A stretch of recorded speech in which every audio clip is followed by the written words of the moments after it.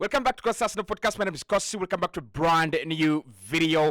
The weekend is over. Arsenal lost a second game in the Premier League, and I don't have a problem with that. My problem is that, again, the second loss of the season is attributed to VAR, the PGMOL, and bad refereeing and poor officiation once again. We're going to be diving into it. I want your thoughts. I want your opinions about the game. Generally, I don't think Arsenal gave their all to that game. I don't think we were the better side than Aston Villa. I don't think we really deserve to get a point or even win that game. But when you fight so hard for a point, when you actually get that opportunity to put the ball in the back of the net, and it is rightly so, in my opinion, it should actually stand. And that is why I have a problem with VAR, with the PGMOL, with the refereeing body, and generally there is a problem with Arsenal and VAR, and we need to talk about it. Now, I know there is a problem with VAR. I think it's broken. I think there's a problem with the PGMOL. I don't think they're giving the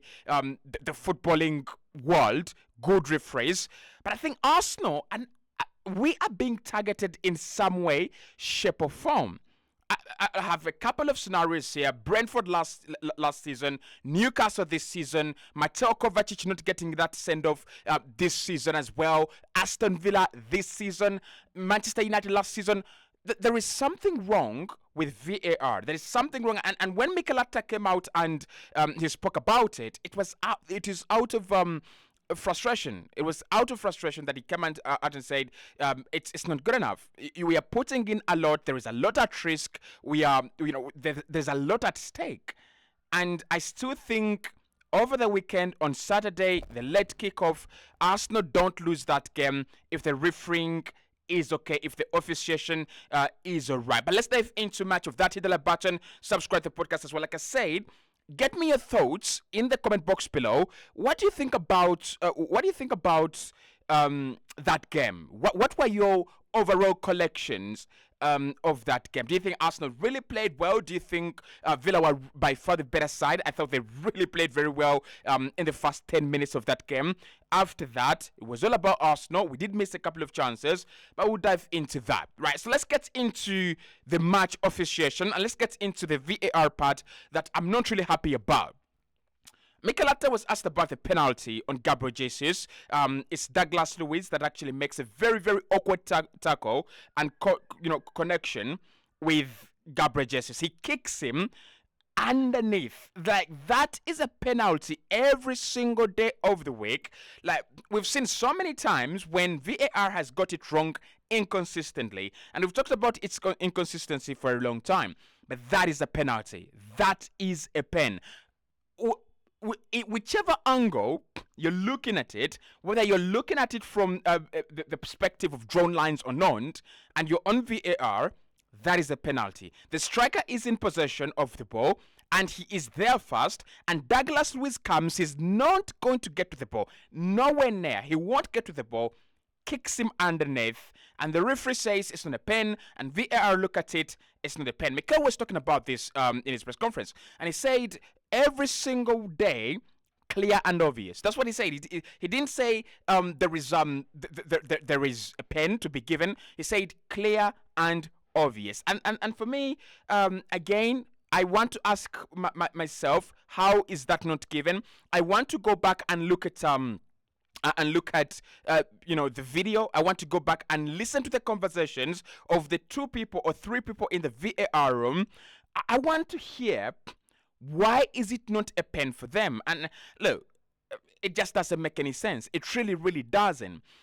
And we've seen these penalties given on almost every single basis. When the striker is in front of goal, there's a goal scoring opportunity there, and you're trying to clear the ball, you will get a yellow card, but it will be given as a penalty. There's no question about that. So it wasn't intentional. So I'm not saying Douglas Luiz clearly kicks him intentionally, but there is clear contact, enough contact for Gabriel Jesus to go down, enough contact to harm a player, and that is not a pen. And somehow, because it's Arsenal, I just didn't understand that. But we can move on. The second one is the Diego Carlos one.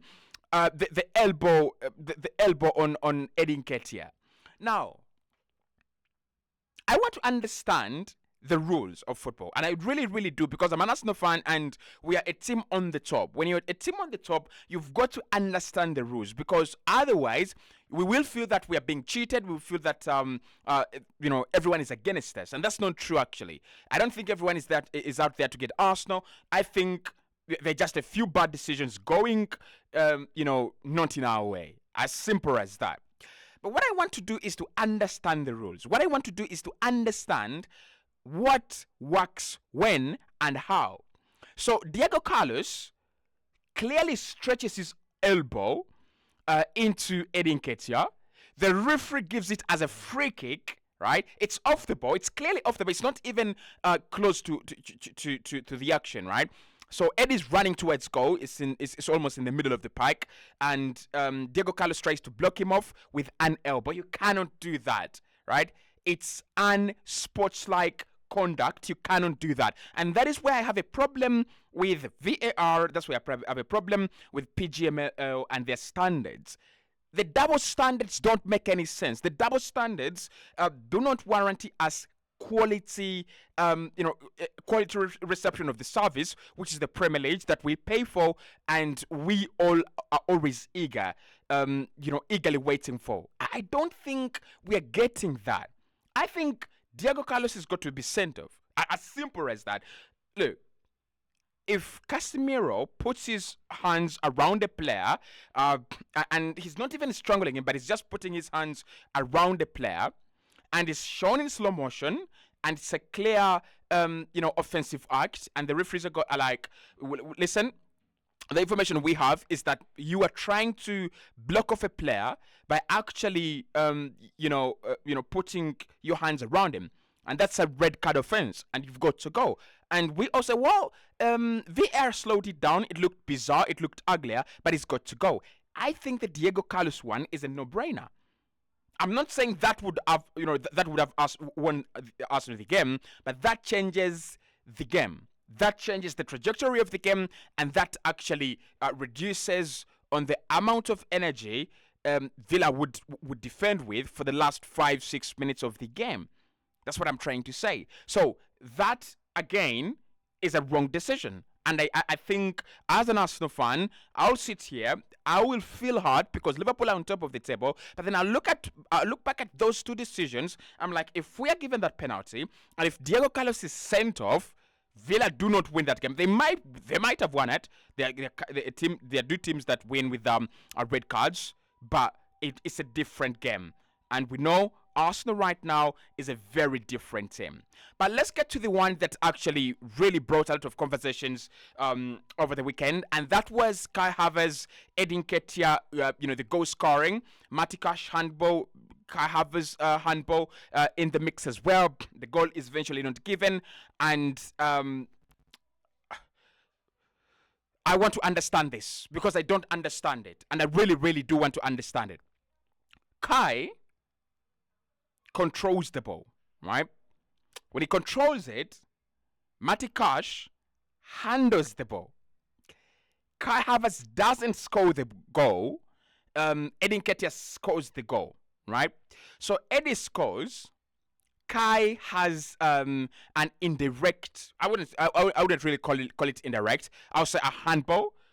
In the penalty area, but so does Matikash in the penalty area. So my question there is, the rule is when a player handles the ball, or when there is a case of a handball, but the player doesn't score, the player doesn't directly score, the goal stands. I think we have seen this rule. I was against Manchester United in the EFL Cup. There's a clear handball, but Manchester United concede a goal, and the goal stands. So if that is the new rule, it's as recent as like 2 years ago or like 1.5 years ago. If that is the new rule and we cannot actually follow it, what are the rules for? Why do we make these changes? Why do we make all these, catastrophic changes?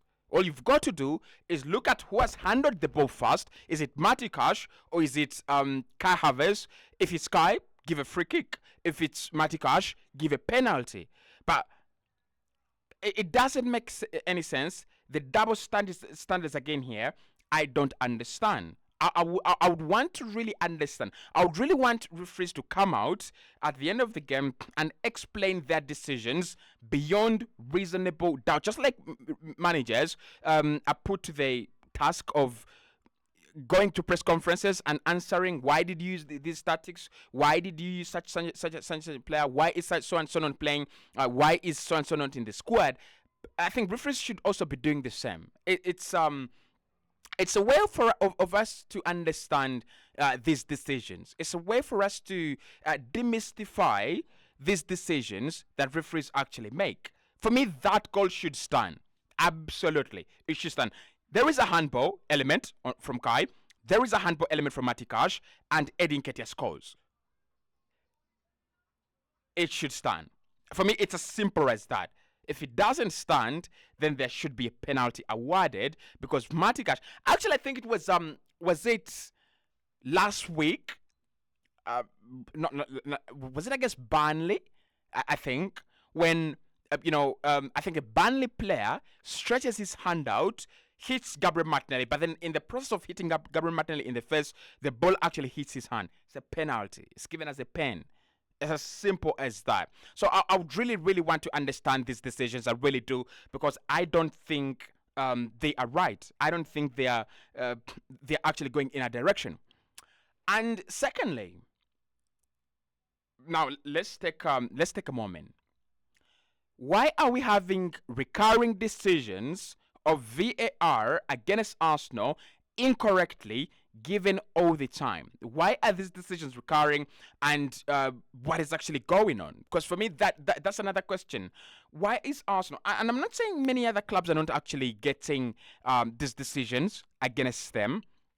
I think last season, Manchester United's red cards again for Casemiro are questionable.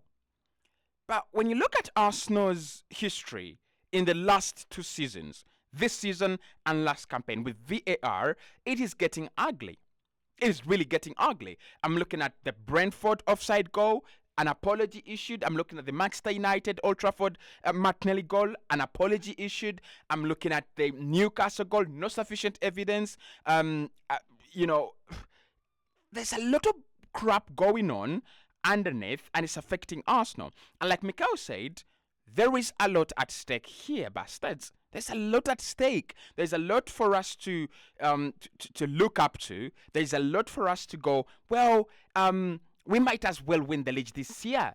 But you cannot win the league this year when Brentford is scoring offside goals against you, and they stand, and those goals don't stand against Man City. I think Erling Haaland exposed them very, very well. He actually said that goal was offside. Man City were offered a goal. I think it was Manuel Akanji who was way offside. Like the most offside decision, the easiest there could have been in the world of football, ever since referees were introduced in football to decide who's on and who's off. And VAR clearly said, well, he's offside, but we'll give the goal. So if you're fighting Man City and if you're battling against Man City, and you are, spending hundreds of millions in order to match their spending power, and you're spending hundreds of millions to match their quality, and you are trusting the process in order for you to build that connection and that, cohesion within your squad to actually get to the level at which Man City are, I think the referees must respect that. The referees must give that some level of respect. I actually don't think Arsenal deserve to lose over the weekend. I really, really don't. So why there are so many recurring VAR decisions against Arsenal, I cannot tell. I really cannot tell. Someone would say that they hate us. Probably they do, probably they do not. Mikel Arteta has called them out now, and that's going to be a problem. I'm telling you, it's going to be a problem. And Mikel knows it. And I know he regrets calling them out. He regrets saying it's embarrassing. Because what they're going to do now, they're going to try to prove him wrong. They're going to try to, they're going to create a mini war between the manager and them, and Arsenal will be in the middle and will be suffering. So it's a dirty game. It's a really, really dirty game that the PGMA are playing. It's a dirty game that the VAR is playing against Arsenal. I don't like it, and I don't think we are going to win the league with those decisions going against us. I don't think we lose the Newcastle game. That goal doesn't stand. I really don't think so. And if we don't lose the Newcastle game, we have one more point, and we are on level points as Liverpool. That is where we have to be. That is the level. It has to be seamingly, flawless.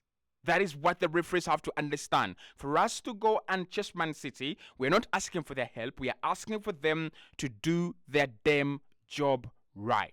But I also want us to talk about the mirror that reflected our image over the weekend. I think Arsenal have to look into themselves and the squad and Mikel Arteta. We've got to look at ourselves and ask the question, were we that good? Yes, we were robbed, okay, but were we that robbed? Until the point where we score, until the point where the goal is disallowed, how many clear-cut chances did we have? I can count for you. Martin Odegaard in the first half cuts back onto his left foot, which is the strongest, and hits a baby shot that Emi Martinez does not even bounce out. That is number one. Number two, Martin Odegaard in the second half, there's a very good cross from Kai Havertz. He's got to bury that. He's absolutely got to bury that. Eddie Nketiah had a not really Eddie, but Saka had a chance, Gabriel Martinelli had a chance, and we didn't put these chances away, as well as Gabriel Jesus. So the reality check for us and Mikel Arteta and whoever is actually working, in this process, part of Arsenal, is we are not yet good. We are not yet the team to beat. We are not the team that everyone is going to be looking at and they're like, you cannot beat that. We are not that team. And therefore, we've got to work hard every single game. I don't think we worked really hard in that game, right? Chances were coming, but I don't think Villa were good, by the way. I really don't think. And I wouldn't really give Villa a lot of credit in this game. So the point for me is Arsenal were not good. Villa were not good. Yes, it could have been a draw, but we were not good. Martin Odegaard and his chances alone bury that game. There's no question about that. His chances in that game, two of them, one in the first half, one in the second, Arsenal win that game. As simple as that. The defending on the goal was purely catastrophic. Ben White, Gabriel, and Alexander Zinchenko. Purely catastrophic. And that is the reality check. Because when we go to the round of 16 in the Champions League, who do we play? We play Bayern, we play Madrid, we play Dortmund, we play AC Milan, we play the legendary status. We play the creme de la creme. We play the best of the best. We play the best there is. And for you to be playing like that against Alphonso Davies, against Jamal Musiala, Sané, Serge Gnabry, Jude Bellingham, Vinicius Junior, Rodrigo, Joao Felix, it's not going to work. It will not work. It's purely unacceptable, like clearly and purely unacceptable. So if we want to be whining about the loss, we could be whining about the loss like we are doing, or we could actually go back onto the drawing board and ask ourselves serious questions. Do we have enough squad depth? We do not. I was watching that game, and Leandro Trossard was brought on, and that is the end of hope. That is how deep our hope is. If you want a game changer, I want you to look at Doku Grealish, Foden, Bernardo Silva. Those are the four wingers that Man City have. And those four wingers can really turn a game around. They can really, really turn a game around, depending on who starts and who actually comes on. Actually, it doesn't really matter, does it? You look at Liverpool and their midfield. They've just rebuilt their midfield. But Ryan Gravenberch, Dominic Szoboszlai, Harvey Elliott, and Wataru Endo, that is enough squad depth there. Plus, obviously, Curtis Jones. That is enough squad depth for them to go. We will play McAllister, Szoboszlai, and Gravenberch, and then later on, we'll bring on Elliott in the 10 to actually change the game like he did against Crystal Palace, and then we will bring on Curtis Jones to dictate the tempo of the game, and we'll also bring on Wataru Endo to manage the game. I think that's what we are lacking. I think we have Jorginho, who, when things are actually going the way they were against Aston Villa, he is actually useless. We need a player. And that player could have been Fabio Vieira, don't get me wrong. But right now, Vieira is not available. He's not available for selection. Mikel doesn't have him as an option. I think one thing we need to look at in January is a midfielder and the prototype, the quality and the special characteristics of that midfielder have to be very, very well scrutinized. We're not bringing a passive passer of the ball. We're not bringing. We have so many of those in our side. We are bringing a player like Harvey Elliott. We need to bring a player like Harvey Elliott. We need to bring a player like Phil Foden, a player who can change the game by coming off the bench, but a player who can also change the game by themselves. Like I really look at Joao Felix at Barca, and I'm like, what could have been? That guy has a lot in his tank to do wonders for Arsenal. I was wondering how we didn't shoot outside the penalty area yesterday. It's embarrassing. You cannot be losing a game 1-0 and you don't have shots out of the penalty area. You've got to test the goalkeeper. You've got to actually do that, right? So it was a reality check for Arsenal. It was a reality check for us. We're on top of the table, or we were on top of the table, and yet Aston Villa easily saw us off. They scored one, and it was game over. If we want to be better, if we want to win the league, games like this, you pull up a point. In games like this, you show how different you are from Man City. We celebrated a Manchester City loss in midweek, and it turned around. So we literally got nothing from there. They lost 1-0 to Aston Villa. We won 4-3 against Luton. Can you imagine? And then we lost to Villa, and they beat Luton 2-1. So, yeah, back to square one. But one club that has benefited from all this is Liverpool. And I'm telling you, if Liverpool dare open up a 5-point gap on top of the table, Jurgen Klopp knows how to run away with it, because he's done it before. And it won't be good news for Mikel. It won't be good news for Arsenal if Liverpool dare open up a 5-point gap. There's still a chance. They play Manchester United next, and then they will play Arsenal next. That is where we've got to capitalize and bring them down. And also, I think until round 2, probably February, Arsenal don't need to lose another game. As simple as that. We've got to beat Brighton. We've got to beat West Ham. We've got to beat Liverpool as well, right? It's not an easy task to ask, but it's all we can do. We can hope to beat Liverpool at the Anfield and get back on top of the table. So let me know in the comment box below, what were your overall collections on this game? What did you think went wrong? Where did we actually improve? I think Kai is getting better and better at being clutch. He almost again impacted in those dying days and dying hours, of the game, that the referee was not on our side. Yeah, those are my collections. Let me see what you guys have to say in the comment box below. I'll be responding to you right in the comments.